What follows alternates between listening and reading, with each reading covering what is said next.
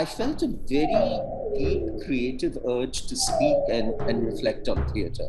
I didn't want to write. I was very clear. I want to speak. I want to talk. I want to share. Maybe you could say that because there was no theatre in the public sphere, I felt the need to foreground it. Or I think at a more unconscious level, and I think the unconscious does play a huge role in whatever we do, the virus kind of entered my consciousness and it catalyzed my thinking about theatre.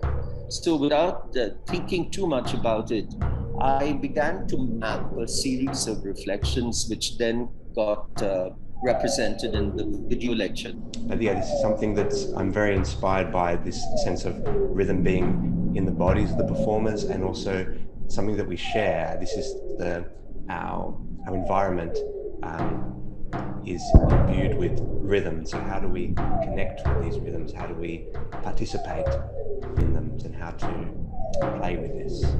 Children playing is one of the most rhythmic things there is. In this setting, all of the micro rhythms and gestures and breathing that would normally let us connect with each other is being mediated. This is one of the hardest elements of sort of this interpersonal relationship online, is that we don't share a common time and space to be able to pick up all these little rhythms. This sympathy is something I really miss.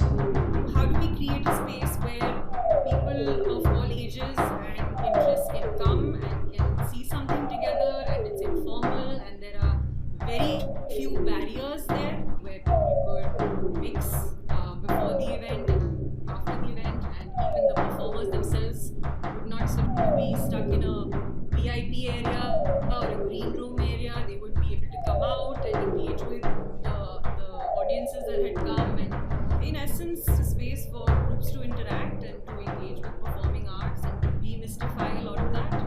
I'm very happy to go into a rehearsal space, meet a group of actors and tell them I have no idea what I'm going to do, but let's all see what happens. I feel a rehearsal space is a place where a group of people meet, respond, breathe together, create together. Authorship this way gets distributed.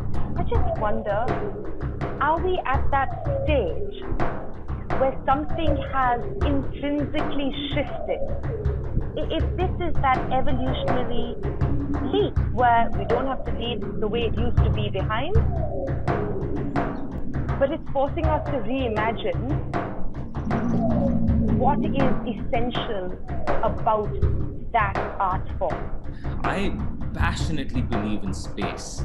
I believe what we need, what performers, actors, directors, what artists working in the theatre need is time and space. We need to renegotiate our ideas of how we deal with space, how we deal with presence, how we deal with community, being together. I invite you here because the dream has been to do a Beyond the Proscenium sort of festival here, where artists come and work with the rocks and the banyans and hire material from the village that is returned, so that there's no immovable pieces that are like these gigantic sets that will never be used again, and costumes that will be put in dabbas. It's such a horrendous waste.